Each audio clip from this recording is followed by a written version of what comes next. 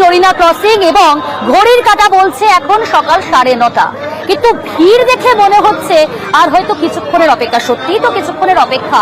এবং একই সঙ্গে সকাল 9:30 ধর্মতলার এই চত্বরে ঠিক ঠিক করছে ভিড়, উপচে পড়ছে ভিড়, শুধু মাথা দেখা যাচ্ছে। এবং আমার চারিদিকটা আপনারা দেখে বুঝতে পারছেন কর্মী সমর্থকদের ভিড় কতটা চোখে পড়ছে। এর ঠিক পিছন দিকেই মূল মঞ্চ করা হয়েছে এবং সেখানেও আর কিছুক্ষণের অপেক্ষা। একে একে তৃণমূলের নেতৃত্বরা উপস্থিত হতে শুরু করেছেন, হাজির হতে শুরু করেছেন। এবং শুধু তাই নয়, কর্মী সমর্থকেরাও গত দুদিন ধরেই তারা শহর কলকাতায় এসেছেন, এসে পৌঁছেছেন এবং আজও কিন্তু অনেকেই আসছেন। সব মিছিল আজ কিন্তু এসে পৌঁছচ্ছে এই ধর্মতলায়, এই গন্তব্যে।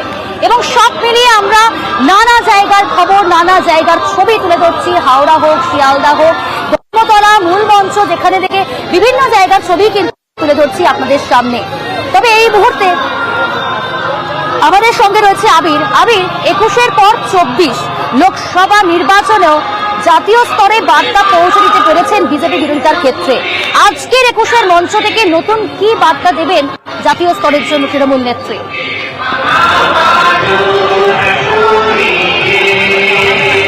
প্রথমত হচ্ছে এই রাজ্যে নির্বাচনী লড়াই করতে নেবে ত্রিমুখী লড়াইয়ে সামিল হতে হয়েছিল তৃণমূল কংগ্রেসকে। তার কারণ হচ্ছে শুধুমাত্র বিজেপি নয়, এই রাজ্যের বাম এবং কংগ্রেসও লাগাতার বিরোধিতা করে গেছে তৃণমূল কংগ্রেসের। এবং এই তিন রাজনৈতিক দলের সঙ্গে লড়াই করতে নেবে 29টি আসন ছিনিয়ে নিতে পারে হচ্ছে তৃণমূল কংগ্রেস লোকসভার মতো জায়গাতে। অনেকেই বলছেন যে জাতীয় স্তরের রাজনীতিতে বিজেপি বিরোধিতার ক্ষেত্রে যে চড়া সুর মমতা বন্দ্যোপাধ্যায় বেঁধে দিয়েছিলেন বা তৈরি করে দিয়েছিলেন, তার একটা প্রভাব, তার একটা ফল লোকসভা নির্বাচনের ক্ষেত্রে এই রাজ্যে সেটা ভীষণ রকমভাবে কার্যকরী হয়।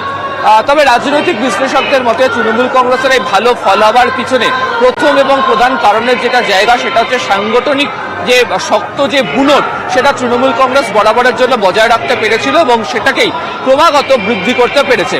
যেহেতু 24-এর লোকসভা নির্বাচনের ফল বেরিয়ে গেছে, দলের একাধিক অংশের কর্মীদের মধ্যে, বিশেষ করে বেশ কতগুলি সাংগঠনিক জেলার নেতা কর্মীদের মধ্যে কোথাও গিয়ে এই ফল ভালো হয়ে যাওয়ার পর তাদের মধ্যে কোথাও একটা আত্মবিশ্বাস অতিরিক্ত জায়গাতে গিয়ে পৌঁছেছে। যদি সেই অতিরিক্ত আত্মবিশ্বাস তৃণমূল কংগ্রেসের কর্মীদের মধ্যে চলতে থাকে, তাহলে 2026-এর বিধানসভা নির্বাচনের ক্ষেত্রে তৃণমূল কংগ্রেসকে সমস্যায় পড়তে হতে পারে। ফলে আজকের যে বক্তব্য, সে বক্তব্যের প্রথম এবং প্রধান জায়গাতেই আত্মতুষ্টি নয়, আত্মতুষ্টিকে ঝেড়ে ফেলে রেখে দলের সমস্ত কর্মীদের, একেবারে শীর্ষ নেতা থেকে শুরু করে বুথ স্তরের কর্মী বা নেতা যারা রয়েছেন, তাদেরকে নামতে হবে। দ্বিতীয়ত হচ্ছে, তুমি জানো যে 2011 তৃণমূল কংগ্রেস ক্ষমতায় আসার পর 2011, 2016, 2021 প্রত্যেকবারই তৃণমূল কংগ্রেস বিশেষ কিছু প্রকল্পকে সামনে নিয়ে আসে। যেহেতু তাদের নেতৃত্বাধীন সরকার চলে, প্রশাসনিক সেই জায়গা চালাতে গিয়ে জনমুখী নীতি বা প্রকল্পকে হাতিয়ার করে তারা এগোনোর চেষ্টা করে। সাম্প্রতিক সময় বেশ কতগুলো জায়গা থেকে অভিযোগও এসেছিল এবং সেই অভিযোগের ক্ষেত্রে তৃণমূল কংগ্রেস যে কঠোর তার দলের নেতাদের সম্পর্কেও হবে তার প্রমাণ গত কয়েকদিন ধরে জলপাইগুড়ির বেশ কতগুলি ঘটনা, বাঁকুড়ার ঘটনার ক্ষেত্রে তারা বুঝিয়ে দিয়েছে। অর্থাৎ কোনো ক্ষেত্রে কড়া হাতে দমন করার ক্ষেত্রে তৃণমূল কংগ্রেস যে পিছপা হবে না, সেটা বুঝিয়ে দেওয়ার জায়গা। ফলে আজকে যারা কর্মী সমর্থকরা আসছেন, তাদের কাছে বার্তার জায়গা দুটো। এক, সাংগঠনিক দক্ষতা বা শ্রীবৃদ্ধি ঘটানো। দ্বিতীয়ত হচ্ছে দল যে প্রত্যেকের কাজের প্রতি কড়া নজর রাখছে সেটি। আর এই জায়গাতে লড়াই করতে নেবে পারফরমেন্সকেই যে সর্বাধিক গুরুত্ব দেওয়া হবে। সে যে কোনো ধরনেরই নেতা হোক না কেন, প্রত্যেককে যে পারফর্ম করতে হবে সেটা বুঝিয়ে দেওয়া হয়েছে। এছাড়া আঞ্চলিক বিভিন্ন রাজনৈতিক দলগুলোকে একই সারিতে রেখে, ভারসাম্য বজায় রেখে বিজেপি বিরোধিতার ক্ষেত্রে তারা তৃণমূল কংগ্রেস যে অবস্থান গোটা দেশের ক্ষেত্রে প্রকট বা স্পষ্ট করেছে, সেটাকে পুরোপুরিভাবে তারা ব্যবহার করতে চায়। যে কারণে শুধুমাত্র বিজেপি বিরোধিতা বা জোটের মধ্যে থেকেও কংগ্রেস যদি কোনো ক্ষেত্রে নিজেকে তাদের দাদাগিরি বা প্রভাব ফলানোর চেষ্টা করে, সেটা যে বাকিদের কাছে গ্রহণযোগ্য নয়, বাকিরা যে সেটা মেনে নেবে না, সেটার প্রমাণ বারবার ধরে পাওয়া গিয়েছে। ফলে আজকের এই তৃণমূল কংগ্রেসের সমাবেশে জাতীয় রাজনীতির প্রেক্ষাপটে দাঁড়িয়ে অখিলেশের ঠিক পাশের মঞ্চে চেয়ারে এসে বসা, সেটাও গুরুত্ব পাবে আজকের সমাবেশ থেকে। প্রিয়াঙ্কা। একেবারেই আবির, আমি আবারও তোমার কাছে ফিরবো, তবে আবারও তোমাকে ধন্যবাদ জানাচ্ছি। এবং একই সঙ্গে আমি এই মুহূর্তে ছবিটা আরো একবার দেখাবো। আমার পাশেই দেখুন ঘাস ফুলের একটি টুপি এবং সুন্দরভাবে ঘাস ফুল আঁকা এবং তৃণমূলের দলীয় যে প্রতীক, সেই প্রতীকের পাঞ্জাবি পরে এসেছেন এক ভদ্রলোক। আমি জানার চেষ্টা করবো কোথা থেকে এসেছেন। কোথা থেকে এসেছেন? কুচবিহার থেকে। প্রতি বছর আসেন? প্রতি বছরে আসি। আর এত সুন্দর রঙিন ভাবেই সেজে আসেন? আমি এইভাবেই সাজে আসি। কবে এসেছেন? আমি আছি 18 থেকে নামছি। আচ্ছা আচ্ছা, আমি মিলন মেলায় ছিলাম। মিলন মেলা প্রাঙ্গণে ছিলেন। বেশ, কি শুনতে চান আজকে দিদির কাছে? কি বার্তা নিয়ে ফিরবেন আজ? দিদির কাছে বার্তা নিতে চাই, যেটা বলবে সেই বার্তা নিয়েই আমরা চলে যাব। আমি তো আর ওখানে কথা বলতে পারবো না। দিদি যা বার্তা দিবে সেটা নিয়ে আমরা গ্রামে যাব, ডিস্ট্রিক্টে যাব, সেই বার্তা নিয়ে আমরা কাজ করব। অর্থাৎ বোঝাই যাচ্ছে কর্মী সমর্থকেরা আজ দিদি তৃণমূল নেত্রী মমতা বন্দ্যোপাধ্যায় যা বার্তা দেবেন, যেভাবে দিক নির্দেশ দেবেন, সেই পথেই তারা হাঁটবেন এবং সেই বার্তা নিয়েই তারা ফিরবেন।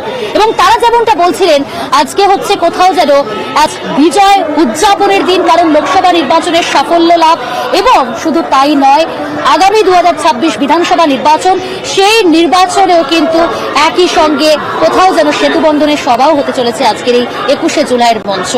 একই সঙ্গে আমরা একটু নিরাপত্তার ছবিটার দিকেও নজর রাখবো, কারণ নিরাপত্তা যথেষ্ট জোরদার করা হয়েছে, আঁটোসাঁটো করা হয়েছে। কোথাও কোনো রকম কোনো অপ্রীতিকর পরিস্থিতি যাতে না তৈরি হয়, তার জন্য বাড়তি নজর নিরাপত্তার দিকে। অমিত রয়েছে, নিরাপত্তার ছবিটা তুলে ধরবো। অমিত, নিরাপত্তার কি কি ব্যবস্থা রাখা হয়েছে? সভা ঘিরে কিন্তু 3,500 পুলিশ ফোর্স মোতায়েন করা হয়েছে, 1,500 ট্রাফিক পুলিশ থাকছে। এছাড়া যে মূল মঞ্চকে 3টি জোনে ভাগ করা হয়েছে। সেই 3টি জোনে কিন্তু 3টি জোনে আলাদা আলাদা কিন্তু সিকিউরিটি বা নিরাপত্তা ব্যবস্থা করা হয়েছে। এবং সবচেয়ে উল্লেখযোগ্য বিষয় যে আশেপাশে যে বহুতলগুলো রয়েছে, এমন 16টি বহুতল রয়েছে, যে বহুতলের ওপরে পুলিশ মোতায়েন করা হয়েছে এবং সেখান থেকে দূরবীনের সাহায্যে তারা এমন নজরদারি চালাচ্ছেন, ভিডিওগ্রাফি করা হচ্ছে পুরো বিষয়টি, এবং স্নাইপার ব্যবহার করা হচ্ছে। স্নাইপার সিকিউরিটির জন্য কিন্তু স্নাইপারও রাখা হয়েছে, এমনটা কিন্তু কলকাতা পুলিশ সূত্রে আমরা জানতে পারছি। সেক্ষেত্রে ঠিক মঞ্চের পেছনে যে বিল্ডিং, সেখানে ভিক্টোরিয়া হাউস, সেখানে একদম ওপর থেকে যেমন নজরদারি চালানো হচ্ছে সিকিউরিটির জন্য, অন্যদিকে পাশের যে বিল্ডিং রয়েছে, সেই পাশের যে বিল্ডিং গুলো রয়েছে সেখানেও কিন্তু একদম ওপরে একদম ছাদ থেকে কিন্তু নজরদারি চালানো হচ্ছে। অন্যদিকে ধর্মতলার বড় ডোরিনা ক্রসিং যে বহুতলগুলো রয়েছে, প্রত্যেকটি বহুতলের ওপরে কিন্তু পুলিশ মোতায়েন রয়েছে এবং ওপর থেকে তারা দূরবীনের সাহায্য নিয়ে তারা যেমন নিচে নজরদারি চালাচ্ছেন। একই সঙ্গে তারা ভিডিওগ্রাফি, পুরো বিষয়টা ভিডিওগ্রাফি করা হচ্ছে।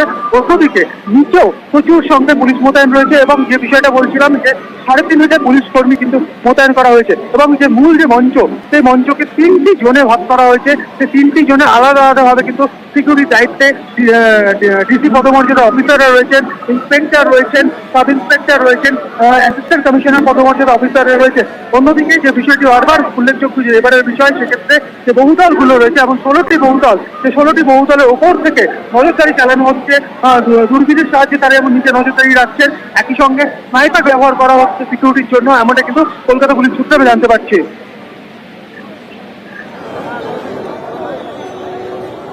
ধন্যবাদ অমিত, তুমি পরিস্থিতির দিকে নজর রাখো। অর্থাৎ নিরাপত্তা কিন্তু যথেষ্ট আঁটোসাঁটো করা হয়েছে এবং যথেষ্ট জোরদার করা হয়েছে নিরাপত্তা। কোথাও কোনো রকম কোনো অপ্রীতিকর পরিস্থিতি যাতে না ঘটে, সেদিকেও কিন্তু বাড়তি নজর কলকাতা পুলিশের তরফ থেকে। এবং ইতিমধ্যেই ড্রোনের মাধ্যমে নজরদারি রাখা হচ্ছে, সিসি ক্যামেরা তো লাগানো হয়েছে এবং সেই সিসি ক্যামেরার মাধ্যমেও কিন্তু নজরদারি রাখা হচ্ছে।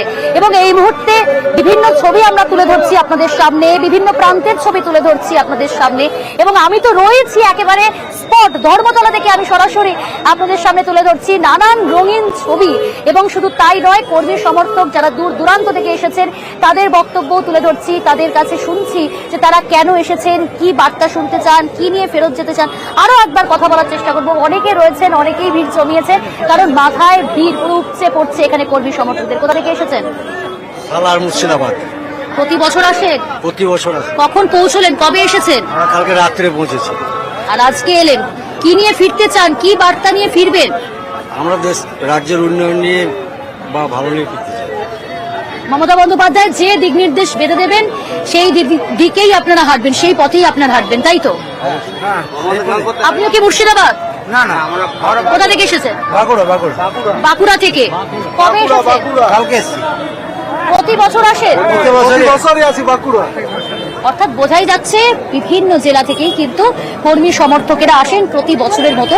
এবছরও তারা এসেছেন বাঁকুড়া, মুর্শিদাবাদ, বিভিন্ন জায়গা থেকেই তারা আসেন। এবং শুধু তাই নয়, আমি যেমনটা বলছিলাম যে এই জায়গাটা এই মুহূর্তের ছবি, বেলা যত বাড়ছে তত যেন ভিড় ততটাই উপচে পড়ছে। সকাল থেকেই আমরা ভিড় দেখতে পাচ্ছি, একেবারে সকাল 7টা থেকে যদি আমরা দেখি সে তখন থেকেই কিন্তু ভিড় যথেষ্ট চোখে পড়ছে। আর এখন তো ঘড়ির কাঁটা বলছে 10টা বাজতে চললো, তাই এখন ভিড় যথেষ্ট বেড়েছে। বেলা বাড়লে হয়তো ভিড় আরো বাড়বে। ইতিমধ্যে বিভিন্ন মিছিল বিভিন্ন প্রান্ত থেকে এসে পৌঁছচ্ছে একে একে এই ধর্মতলা, অর্থাৎ সব পথ এসে মিশে গিয়েছে এই ধর্মতলায়। প্রত্যেকের গন্তব্য আজ এই ধর্মতলা। 21শে জুলাই মঞ্চে তৃণমূল সুপ্রিমো মমতা বন্দ্যোপাধ্যায় কি বার্তা দেবেন সেদিকেই কিন্তু তাকিয়ে রয়েছেন কর্মী সমর্থকেরা। তারা বলছেন আজকের এই দিন আবেগের দিন, আজকের এই দিন ভালোবাসার দিন, আজকের এই দিন শহীদদের দিন। এবং শুধু তাই নয়, এবং তারা বলছেন যে আজকের এই দিনেও কিন্তু আজকের এই মঞ্চে লোকসভা নির্বাচনে সাফল্যের পর হয়তো বিজয় উৎসব তাও উদযাপন করা হতে পারে। সব মিলিয়ে আমাদের নজর থাকবে আজকের এই মঞ্চ থেকে কি বার্তা দেবেন এবং কর্মী সমর্থকেরা কোথা থেকে আসছেন আমরা প্রতিক্রিয়াও তুলে ধরছি। একটা বিরতির সময় ফিরছি, বিরতির পর সঙ্গে থাকবেন।